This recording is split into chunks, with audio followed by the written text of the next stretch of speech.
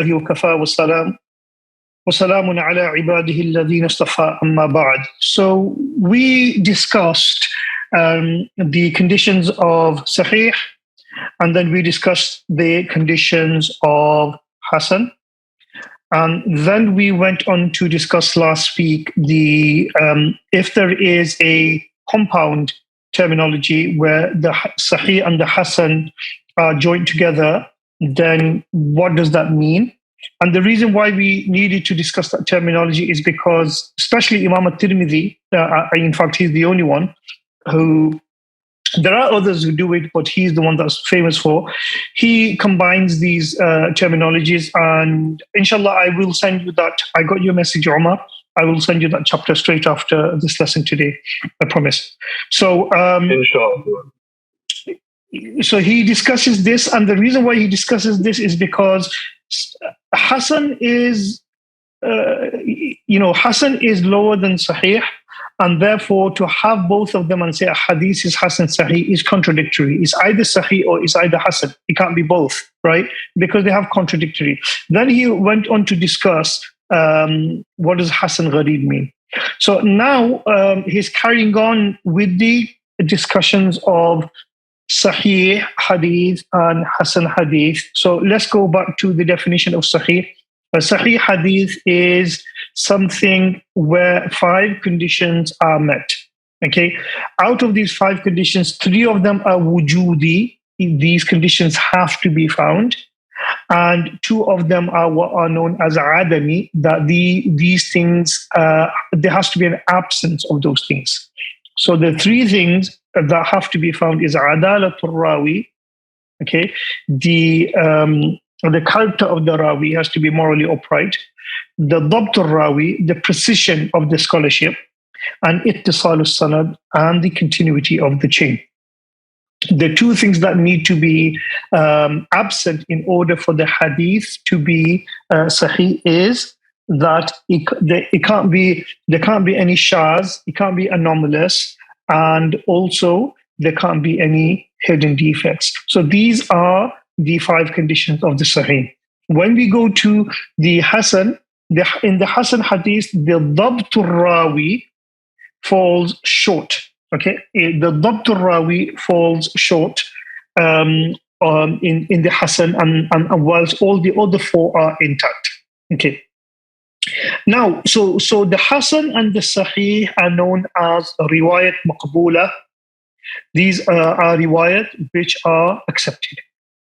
Okay, so now he is going to discuss another topic that comes within Hasan and Sahih, is the addition of the Sahih, the addition of the Sahih Rawi, or the addition of the Hasan Rawi. If they add something, then can we accept that addition? For example, let's say that Omar, I mentioned to you that the weather is not very, so can you please tell all of the other students in the class, we will not be joining, we will not be attending the picnic on Monday because the weather is not very good. Okay, so I've given you a task. So you go to all of the other students, let's say there are 20 other students, and you basically say, oh, Sheikh Mansur said that the picnic is cancelled because the weather is not very good. There's a storm coming. Yeah. So what did you do here, which is different from me? I added something extra, which was not what you had said. The fact that the storm was coming. Yeah, and the reality is that's why I mentioned that, but I didn't tell you to. I just omitted that. You said yeah. So you added that from yourself. Yeah. Right. So the question here is that what you basically said, should that be accepted or should that be rejected? What do you think? Well, if I added it, then it's not originally part of your narration, right? But it's not contradicting the reason. But it's not your. So if we're going to say is it your words, it's false to say that it's your words. But if we're going to say maybe this is the intention or the reason or an explanation of why, then it should be acceptable. Yeah. So so now do you understand what ziyada means? Yes. Yeah. As ziyada basically means that remember that the ahadith, majority of the ahadith are riwaya bil ma'na, they're paraphrased. It's not that people exactly transmit the words, yeah, or exactly transmitted the words. And remember, when we're talking about transmission, again, I would like to iterate again, we are talking about the Asr al-Tadween. We're not talking about now. So we are talking about the first kind of like 300 to 400 years. Yeah. And people did not always have, so they had books, but people also narrated from memory, and also people may have paraphrased the hadith. So riwaya bil ma'ana is something that is accepted, because if we don't accept riwaya bil ma'ana, then we have to get rid of a lot of the hadith. So sometimes the rawi is conveying the meaning, okay, and rather than the actual words. And when he's conveying the meaning, he's making a judgmental decision as to second guess what the previous guy or the previous rawi meant, okay? And he may add something. So let's say in this class, I said, can you tell all of the other students that the picnic is cancelled tomorrow? So that's what I said. So then, Omar, you go and you basically say that, the Sheikh said that the picnic is cancelled tomorrow because there is a storm coming. Yeah. And now Hussein basically contradicts you. And he basically says, well, actually, no, the Sheikh did say that the picnic is cancelled tomorrow, but it's not because of the weather, it's because he has a stomachache. Can you see? So second guessing can also be wrong. Yeah. So in that case, because the fact that adding an addition to the original text, there is a 50-50 probability that the second guessing is right or wrong. Therefore, there has to be some kind of rules related to whether when somebody adds something extra, then whether we should accept that or not. How do we know that there is an addition there? That you know when you compare it with other people. So now let's say I said in the class that the picnic tomorrow is cancelled. There were 10 students. So can you please tell the students who were not here? There were 10 students in the class who heard all of this. 9 of them said, Sheikh Mansur said, passed on the message on to the others. Sheikh Mansur said that the picnic tomorrow is cancelled. And they kind of transmitted that information exactly the way that I mentioned it. You went ahead and you basically said, Sheikh Mansur said that the picnic is cancelled tomorrow because the weather condition is bad. Now, how do we know that you added that extra bit? Because there were 9 other students who did not add that. So similarly, straight away we know that that's an addition from you. Now, that addition, should that be accepted from you or not?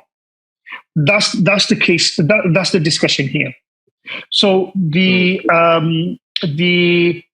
ruling is that if you, as a scholar, your dabt, your position as a scholar, is not in question. So you are a Sahih narrator or a Hasan narrator, and people have confidence in what you are saying. And whatever you are mentioning does not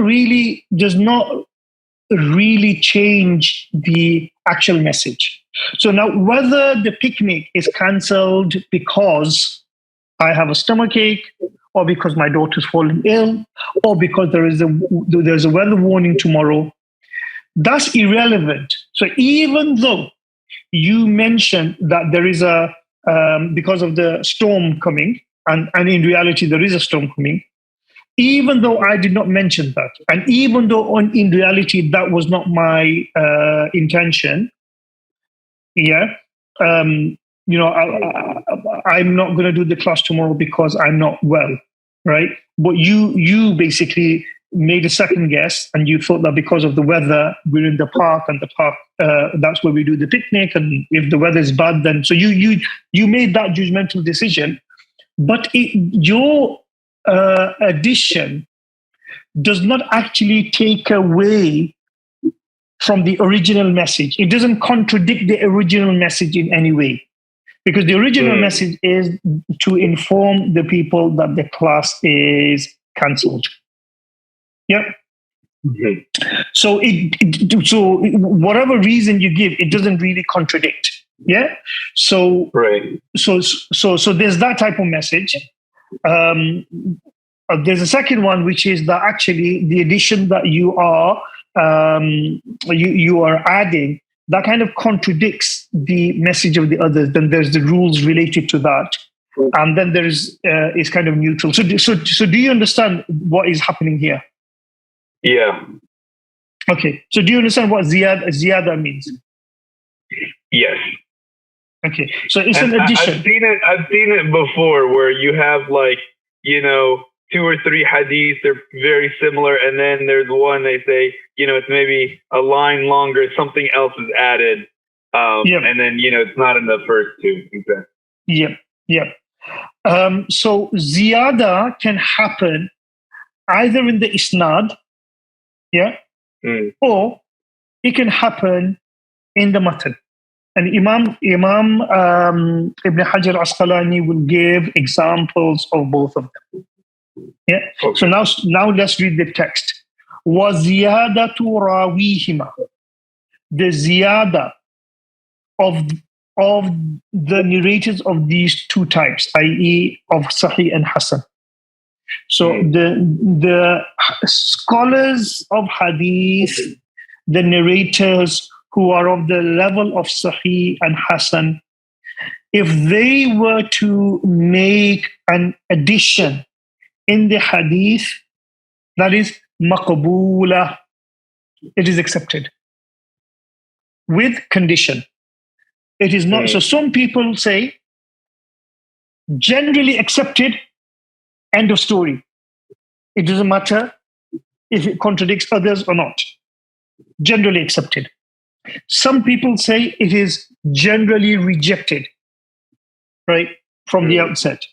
But Imam Ibn Hajar, and this is the most dominant opinion, Imam Ibn Hajar Asqalani says that the dominant opinion of the ulama of hadith is no. We don't say we accept everything. We say we accept, but it's a conditional offer, right? So what is the condition? ما لم تقع منافية لرواية من هو أوثق ممن لم يذكر تلك الزيادة, right? As long as that ziyada, that addition, that extra piece of information does not go against the riwayah of man huwa awthaq, a stronger awthaq, a stronger narrator who has not made that addition. Yeah. Mm-hmm. So that's the first condition, that the ziyada cannot go against the narration of a narrator who is more stronger. Okay. Mm. So let's say we have a narration by a Hasan Rawi, a Rawi who is Hasan. And the Hasan Rawis, in the isnad of the Hasan Rawi, there is an addition, which in the isnad of the Sahih Rawi, there isn't that addition. Okay, that addition by the Hasan Rawi will be rejected because the Sahih narrator is more stronger than the Hasan narrator, and the Sahih narrator or narrators did not make that addition. Yeah. Okay, so the Awthaq, the one who is stronger, does not have that addition. Therefore, here the addition will be rejected. Does that make sense? Makes sense. Essentially, we're saying the Hasan narrator made a mistake by adding the narrator. Or now, if we have the opposite, let's say there are the opposite. Let's say we have a Sahih narrator and we have 3 Hasan narrators, right? The Sahih narrator has an addition, but the Hasan narrators don't have an addition, right? So the Sahih narrator's addition will be accepted alongside the narration of the Hasan, because the Sahih narrator is more scrupulous, and therefore if he is adding an addition, that should be accepted. Does that make sense?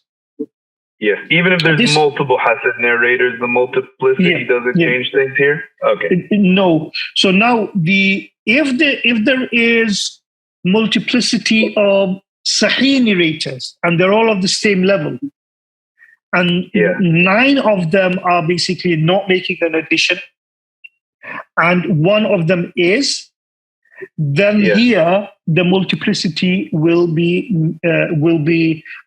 a difference. Okay, as long as there are. So this is why Imam Ibn Hajar later on, he is going to use the terminology arjah rather than awthaq.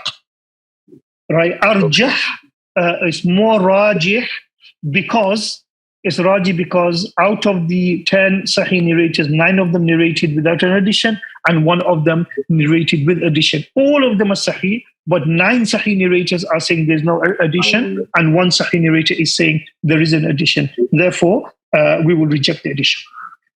Got it. Does that make sense? Yeah. Yeah. So if there is a difference in the category, then the one who is more thiqah matters. But if the categories are exactly the same, then numbers kick in. Does that make sense? Got it. Yeah, that makes sense. So he says, لِأَنَّ الزِّيَادَةَ, because the ziyada, إِمَّا أَن تَكُونَ لَا تَنَافِي بَيْنَهَا وَبَيْنَ رِوَايَةِ مَنْ لَمْ يَذْكُرُهَا. Because the ziyada either does not contradict, la tanafia, does not contradict between the ziyada and the riwayah that does not mention the ziyada. فَهَذِهِ تُقْبَلُ مُطْلَقًا. This is accepted مطلقا. لأنها في حكم الحديث المستقل الذي ينفرد به الثقة ولا يرويه عن شيخه غيره. This is seen as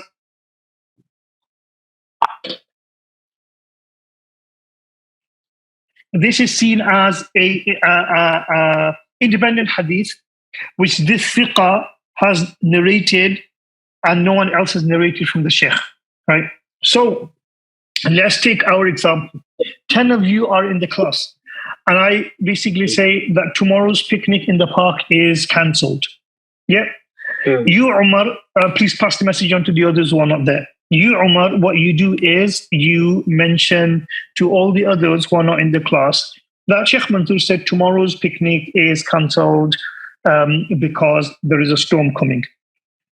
Right. Now, we need to check that your addition, there is a storm coming, does it contradict the original hukum or not? So we've got 9 students who basically transmitted that the Sheikh Mansur said tomorrow's picnic is cancelled. And you alone said tomorrow's picnic is cancelled because there is a storm coming. Now, on the basis of probability, your ziyada should be rejected because there are 9 colleagues of yours who are exactly on the same level and they haven't narrated that. So on the basis of probability, your one should be rejected. However, before rejecting, before going to numbers, we go to the meaning. And we basically say that we look at the addition. Does that addition take away anything from the hadith? Does it contradict the message of the others? Now, it doesn't, because the message still remains intact. That is, that the picnic is cancelled tomorrow. So in that situation, we will deem that we will deem that to be an independent hadith or independent statement. So it will basically be like, I'm saying to everyone, tomorrow's picnic is cancelled. Please pass on in the park. Please pass the message on to everyone else. And then I basically say, so it's like saying, Omar, can you please stay behind? And you stayed behind, and nobody else was in the class. And I say, because there is a storm coming. So that's a message that I gave to you independently. So here, the two versions will be treated as two hadiths, because there isn't a contradiction. Yeah, there isn't a contradiction between them. Right? Got it. Does that make sense? But whether there is a contradiction between them or not, that in itself is an interpretive factor. We will basically show later that there is a hadith of the Prophet sallallahu alaihi wasallam where the Prophet sallallahu alaihi wasallam says, "Ju'ilat lana al-ardu masjidan wa tuhura." Right? That the entire earth has been made for my ummah a place to pray on and a source of purification, i.e. doing tayammum. In one version of the hadith, it says, "Ju'ilat lana al-ardu masjida wa turbatuha tahura." The entire earth has been made a place of worship, and its soil has been made a source of purification. Now, does the adding of turbatuha, does that contradict the hadith that doesn't have the addition, or does it not contradict? So sometimes there is a difference of opinion as to whether there is a contradiction happening or not. Right? We will deal with the hadith when we get there. Does that make sense? So that's the first step, is that there isn't a contradiction between the message. In that sense, if the thiqa is doing a ziyada, then we don't need to kind of assess against the others. We'll just basically say that's a different hadith. Yeah? Right. وَإِمَّا أَن تَكُونَ مُنَافِيَةً بِحَيْثُ يَلْزَمْ مِنْ قُبُولِهَا رَدُّ الرِّوَايَةِ الْأُخْرَى فهذه يقع الترجيح بينها وبين معارضها فيقبل الراجح ويرد المرجوح. Or there is a contradiction between them in the sense that if we يلزم من قبولها, by accepting that ziyada, we will have to reject the other riwayat which doesn't have the ziyada. فهذه التي يقع الترجيح بينها وبين معارضها. This is the one where there is tarjih. We need to find a murajjih, tarjih. We need to find a preponderance where this one or its opposite, which one should be given privilege. فيقبل الراجح ويرد المرجوح. The rajih should be accepted and the marjuh should be rejected. Does that make sense? Yes. So if there's a contradiction. Yes. Sir. Yeah, if there is a contradiction between them, then we need to basically make a judgment as to which one we accept and which one we reject. There, we are going to go into the looking at the status of the riwayah and status of the rawi, and awthaq and arjah and all of that, and then we're going to come to a judgment about that. Yeah? Right. Does that make sense? Yes. Okay. So to use the analogy,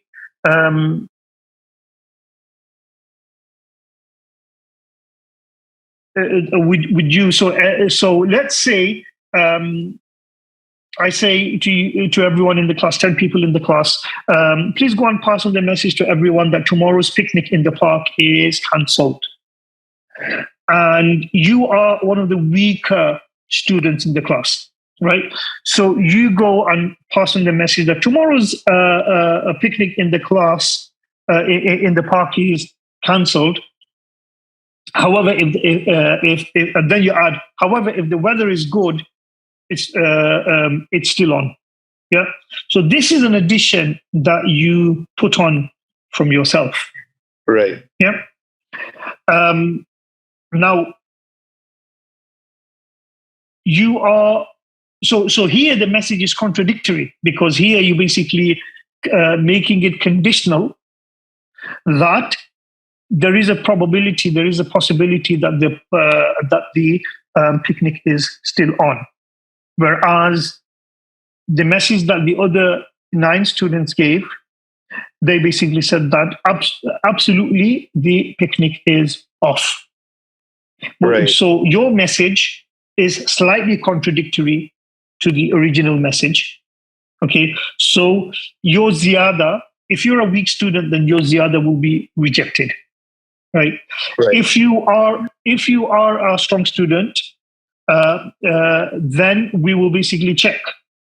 If the other students are equally strong as yours, and there's 9 of them, then your ziyada will be also rejected because there are more arjah because of statistical probability, right? Right. If there were only if all of the other students were low grade students and you are the kind of star student, then your one will be accepted and the others will be rejected. Does that make sense? Yes. Yep. Okay. Let's move on. واشتهر عن جمع من العلماء القول بقبول الزيادة مطلقا من غير تفصيل. So this is iterating what I said. It is mashhur, it is famous, it is famously known from a group of ulama, the opinion that ziyada, that the addition of the thiqa is to be accepted without any conditions. Mutlaqan, without any conditions. Min ghayri tafsilin, and without any explanation. Right? When we see a thiqa rawi making an addition in hadith, we just accept it with our eyes closed. ولا يتأتى ذلك على طريق المحدثين الذين يشترطون في الصحيح ألا يكون شاذا. This is not the way of the muhaddithun. So he's critiquing the opinion. So this is not the opinion and the manhaj. يتأتى بذلك means do not come. This does not come from the point of view of the muhaddithun. This is not the opinion of the muhaddithun who make it a condition for the sahih ألا يكون شاذا, that the Sahih Hadith cannot be shaz. Yeah. So, because if the ziyada of the thiqa is marjuh, even though the person is even though the person is a thiqa rawi, but because his narration is contradicting other thiqa ruwat, despite the fact that he is thiqa, his narration will be rejected. Okay, so it's like 10 people saying that the picnic is 9 people are saying that the picnic is cancelled. They're all reliable, and you are saying that the picnic is cancelled with the condition that the weather is bad, because if the weather is good, then the picnic is back on again. Even though you are thiqa, you are outnumbered. Right. Even you are outnumbered, and therefore we will have to reject yours, because you might be thiqa, but your opinion here is not accepted. It is shaz. It is anomalous. It is different from everybody else. Does that make sense? Yes. Whose opinion is it when he says ishtahar? Who is that? The opinion of the fuqaha, or who is he talking about? So we will have to go to the. I will have to give you the hadith scholars. There are some hadith scholars, Imam al-Sakhawi mentioned them, like Ibn Khuzaymah and others, who basically say it should be accepted straight away. Yeah. Okay. Got but it. He doesn't give us the names of these scholars, but like Sakhawi and others do. But he gives us the names of the scholars who are agreeing with the opinion that he is mentioning. Yeah.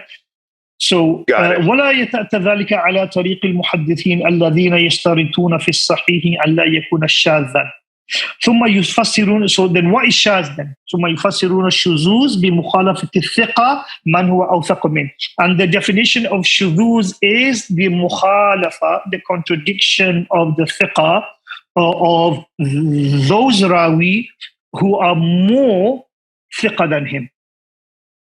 So then Imam Ibn Hajar says, وَالْعَجْبُ مِمَّنْ أَغْفَلَ ذَلِكَ مِنْهُمْ مع اعترافه باشتراط انتفاء الشذوذ في حد الحديث الصحيح وكذا الحسن.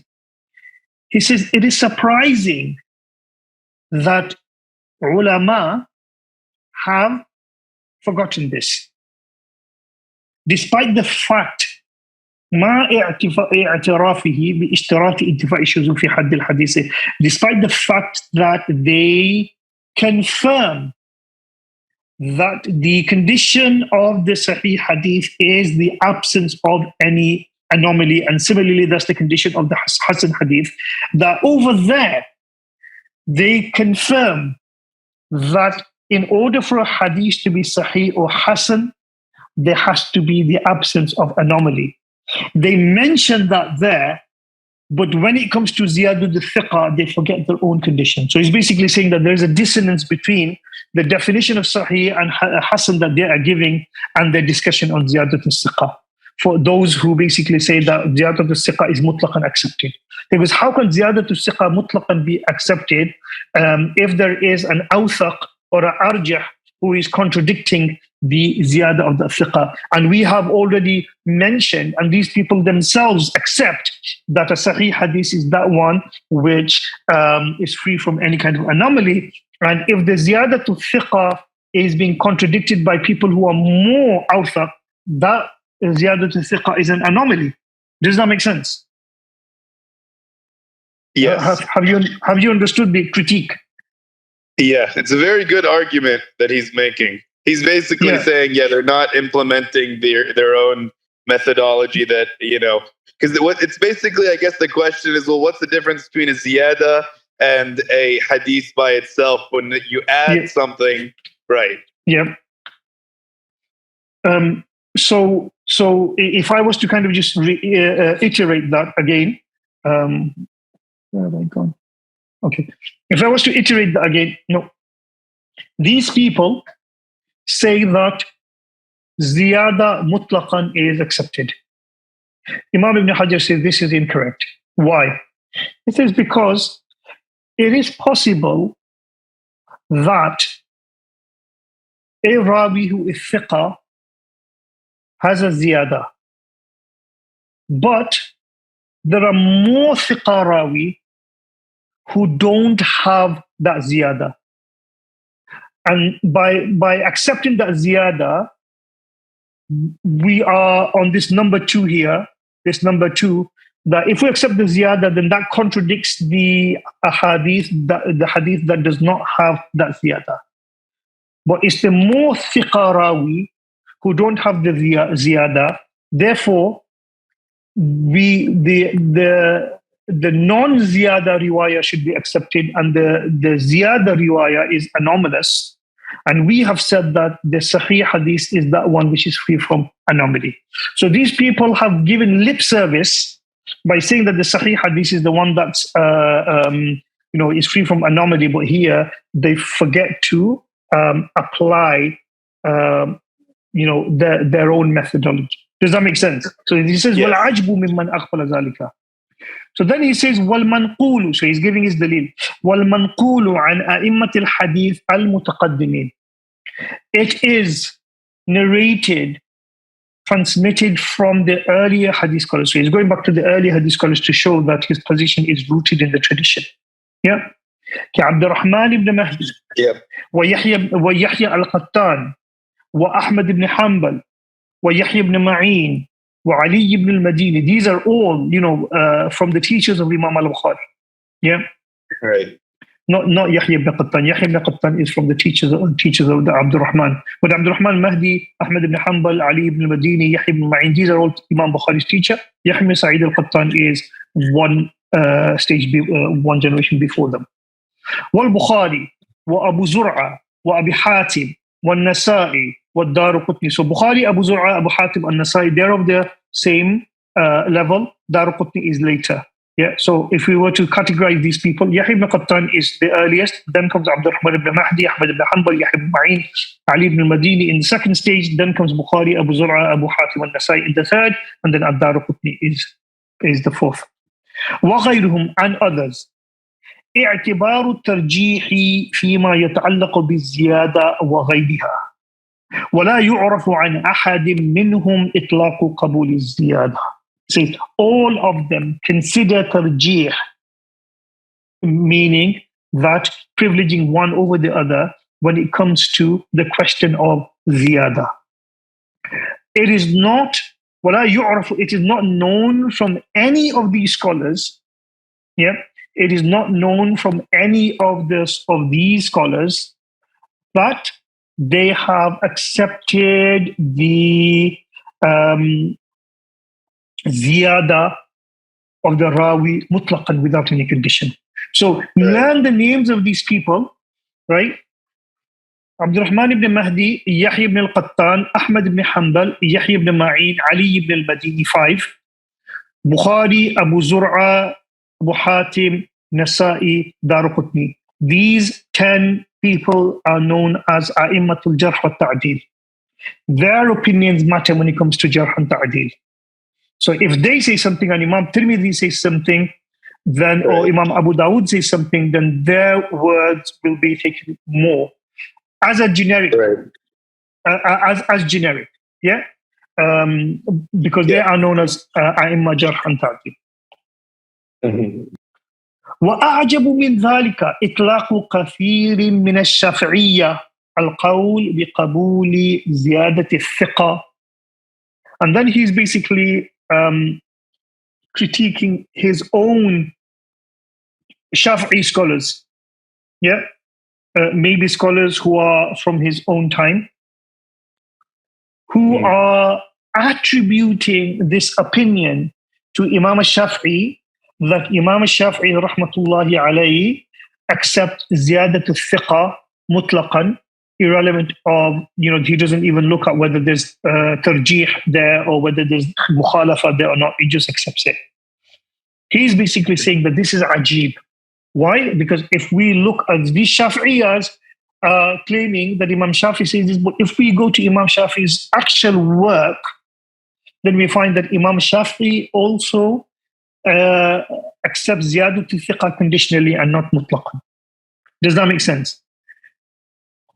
Yes. وأعجب من ذلك إطلاق كثير من الشافعية القول بقبول زيادة الثقة.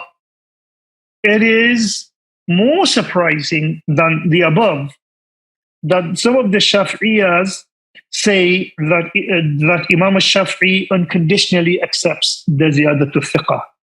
مع أن نص الشافعي يدل على غير ذلك.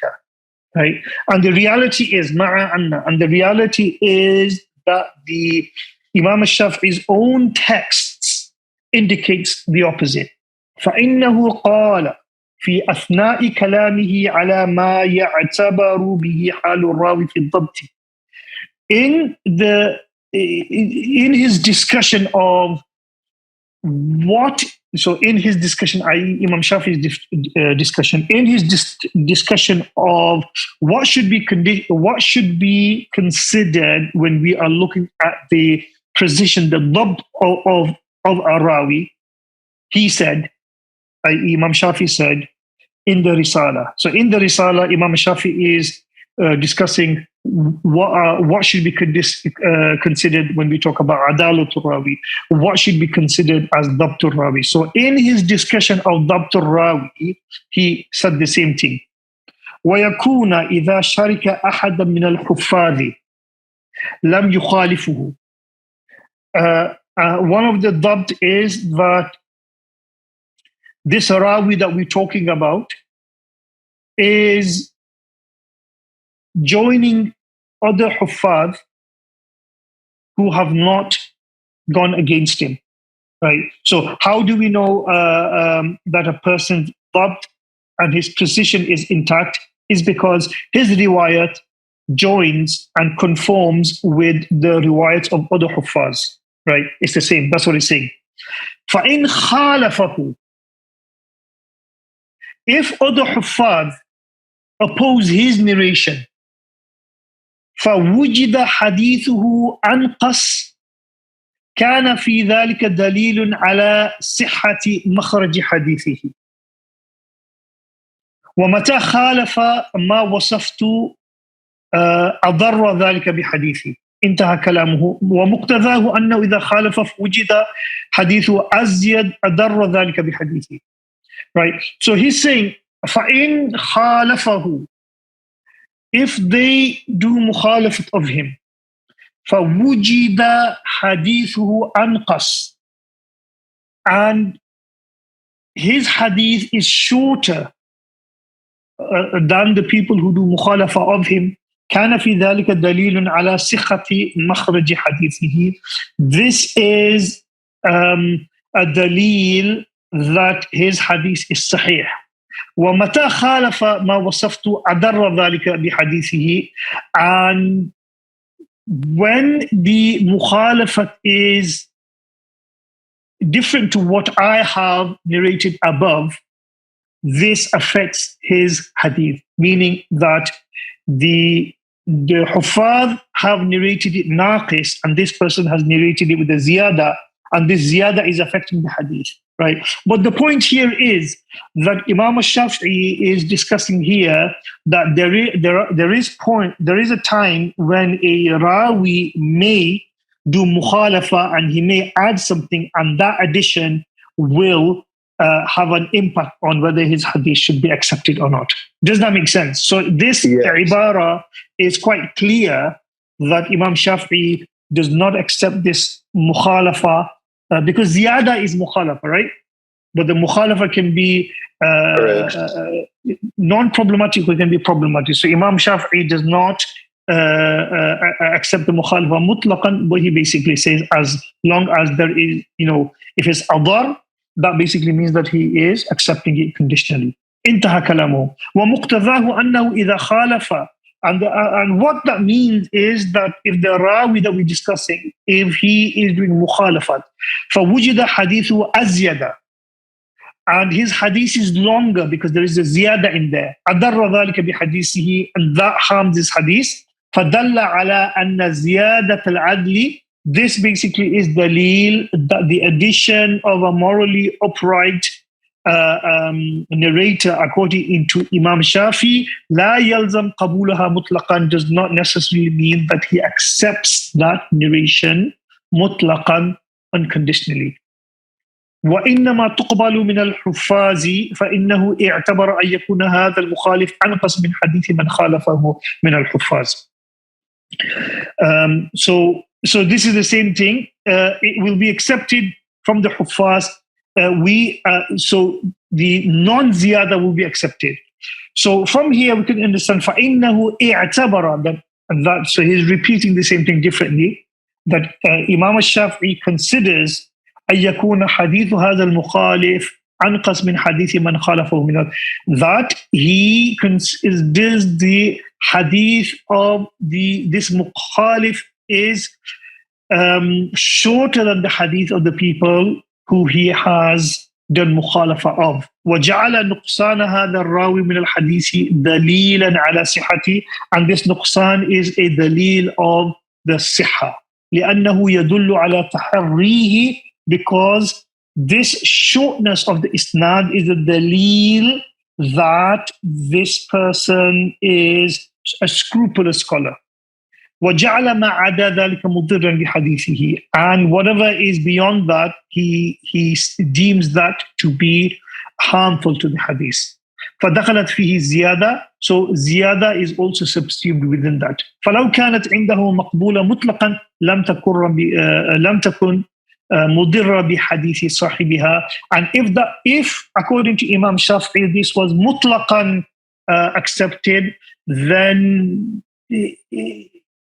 there wouldn't have been any harm done to his hadith by with his companions. All of this ibara here, this is sometimes why I find Imam Ibn Hajar kind of incondite. All of this,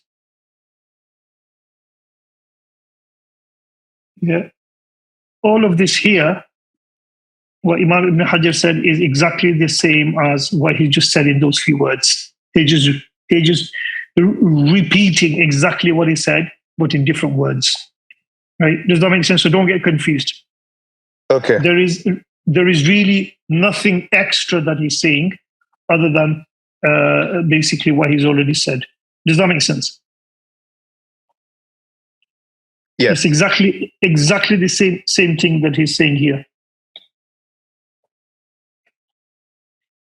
فَإِنْ خُولِفَ بِأَرْجَحَ مِنْهُ. Okay, so remember I said that it's not only about thiqa, but he's going to mention the term arjah. Yeah?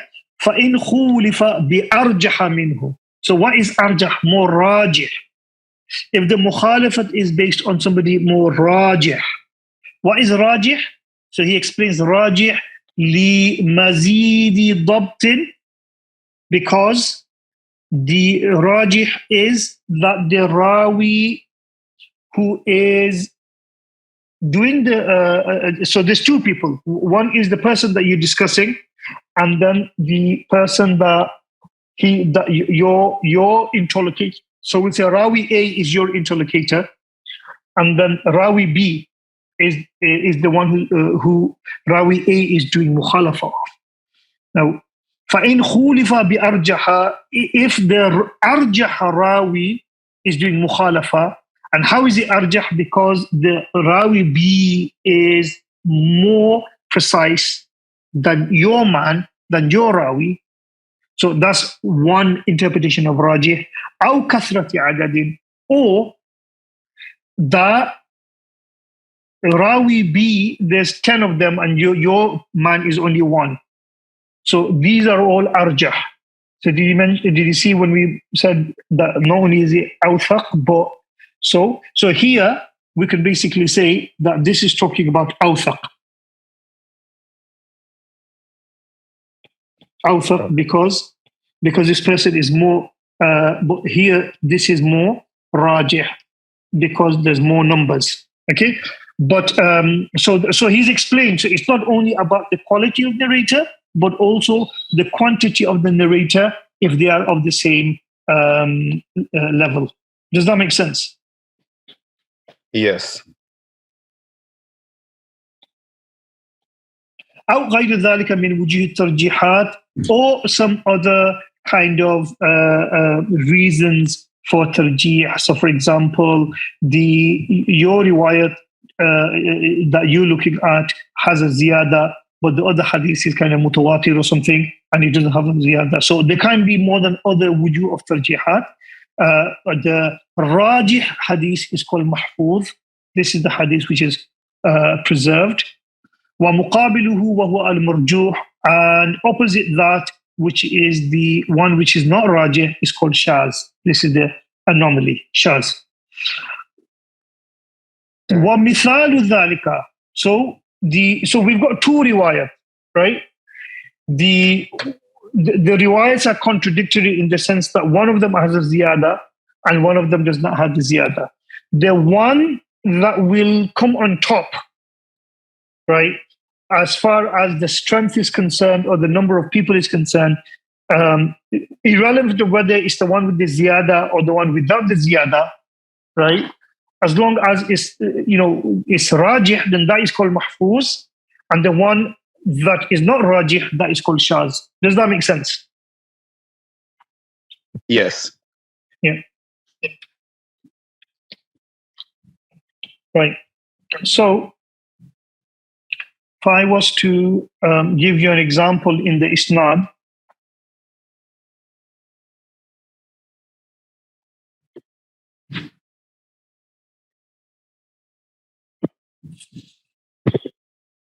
right?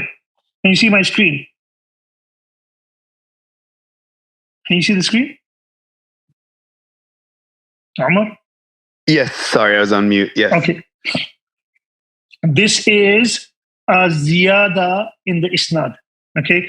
Haddathana Muhammad. So I'm reading from here. Can you see what I'm writing? I'm reading from here. حدثنا محمد بن إسماعيل قال حدثنا آدم بن إياس قال حدثنا شيبان أبو معاوية قال حدثنا عبد الملك بن عمير عن أبي سلمة بن عبد الرحمن عن أبي هريرة رضي الله تعالى عنه قال خرج النبي صلى الله عليه وسلم في ساعة لا يخرج فيها ولا يلقى فيها أحد. Prophet صلى الله عليه وسلم went out of the house at a time where people normally don't get out of the house, and normally people don't come to meet him. So maybe it was like extreme heat, right at noontime where people are taking the siesta, the qaylula. And then the Prophet says in the hadith, the Prophet says, saw Abu Bakr, and then they saw Umar. And the Prophet said, what are you doing? And they said, we're feeling a bit hungry, we don't have food. And the Prophet said, I'm a bit hungry as well. So let's go to the house of Haytham ibn Tayhan al-Ansari. He's a rich guy and he's got food in his house. So let's go and ask. So that's the hadith. So this hadith is in Tirmizi, and Imam Tirmizi says, هذا حديث حسن صحيح غريب. This is a Hasan Sahih Gharib hadith.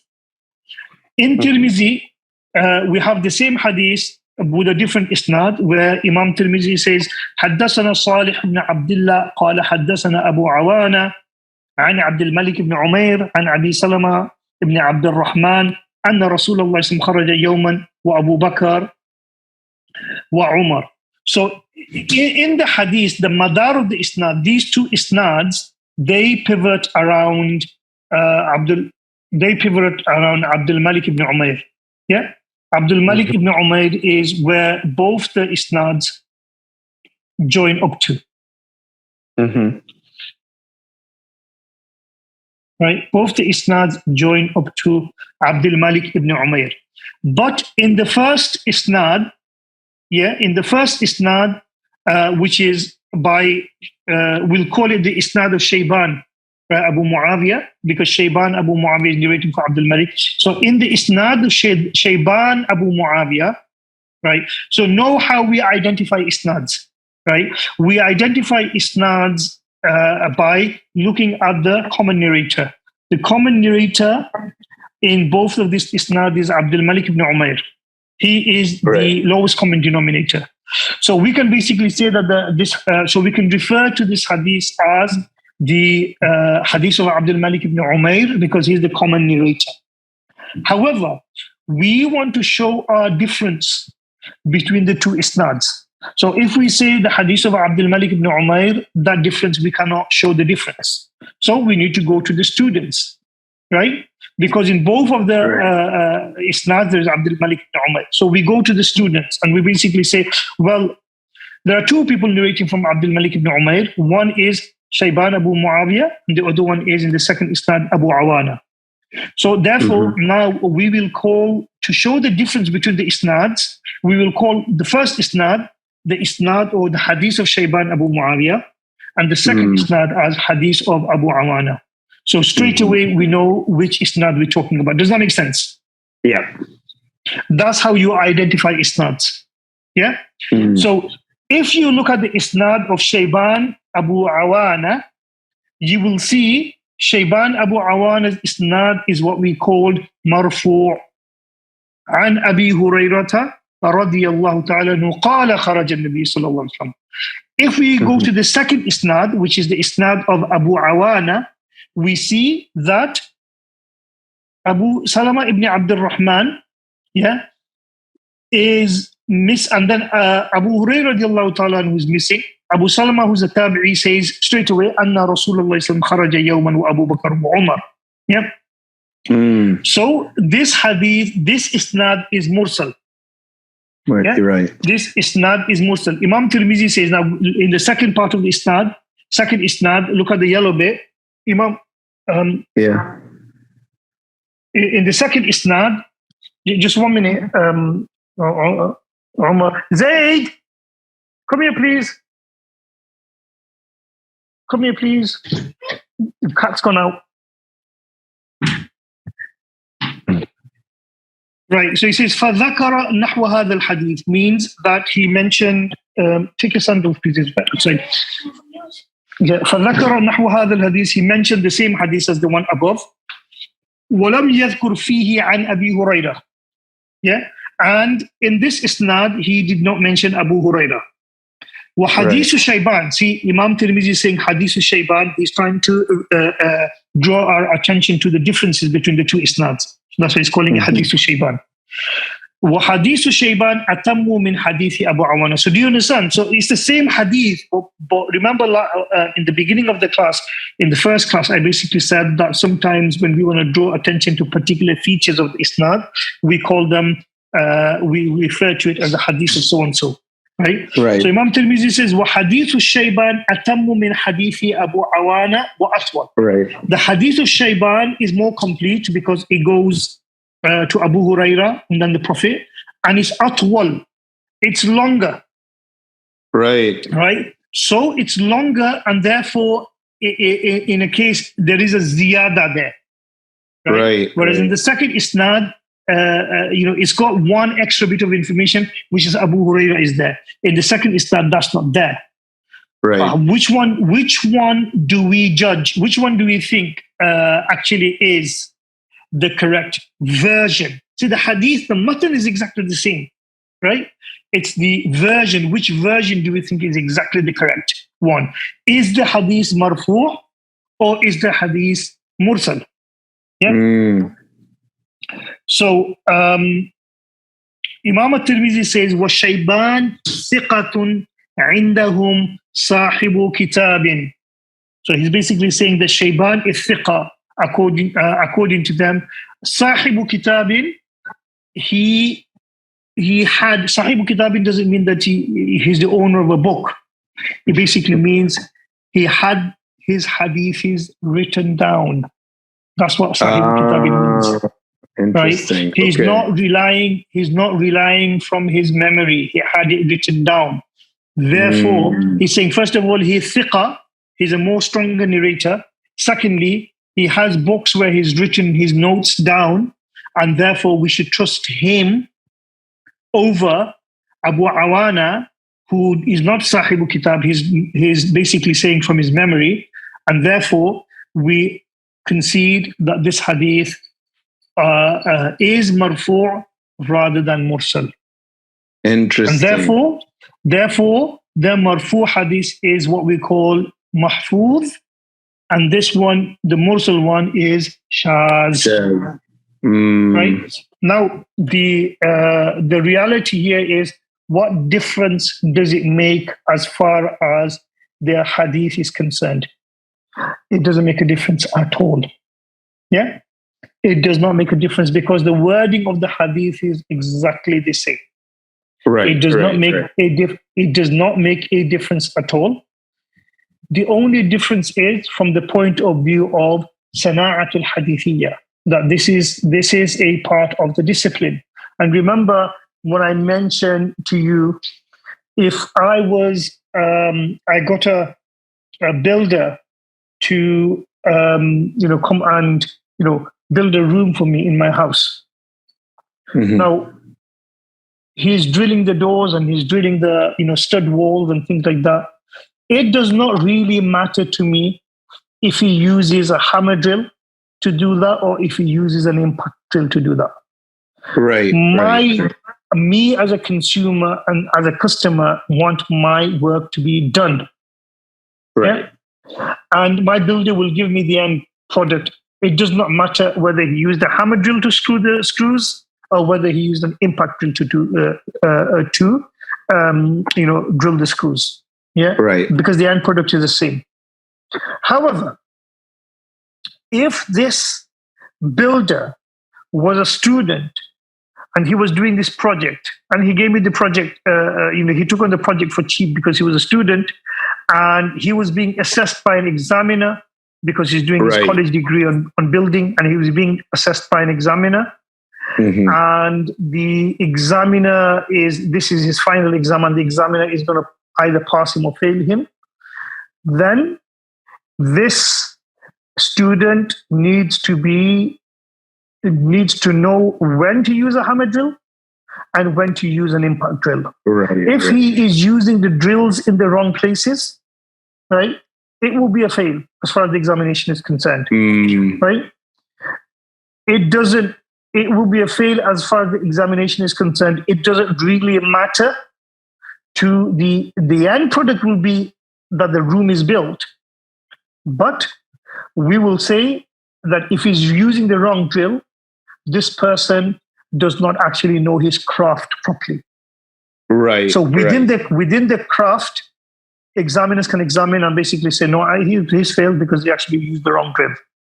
Because here it does not really matter because the room is being built.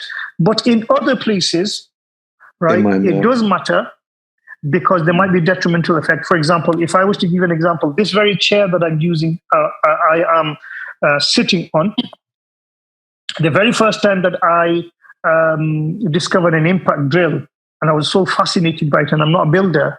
So this leg of this chair became weak. So I decided to screw it back on using the impact drill. I did not realize the pressure and the strength of an impact drill. And when I drilled it, I actually bored right through the chair and I broke the chair. Right? That's a fail. So so then I had to fix it afterwards. But I learned it the hard way. So my point here is sometimes these discussions have no bearing on the end product as far as your average Muslim is concerned, but it has a bearing on the craft and on the discipline. Does that make sense? So here is a situation where it doesn't have any bearing on the average Muslim, but a hadith scholar and within the craft and discipline will be able to assess whether you actually know your stuff or not. Does that make sense? Makes sense. Okay, so we will look at Imam Ibn Hajar. So that was another example I gave you. We will look at Ibn Hajar's example next week, inshallah. Does that make sense? Makes sense, Sheikh.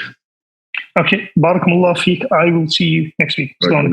Inshallah. Do you have any questions, by the way? No, no.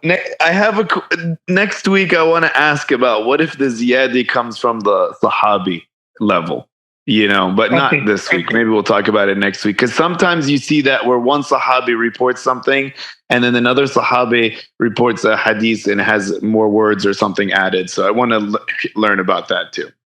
Okay, inshallah. Inshallah. Salam. Take care. Assalamu alaikum. You too. Bye-bye.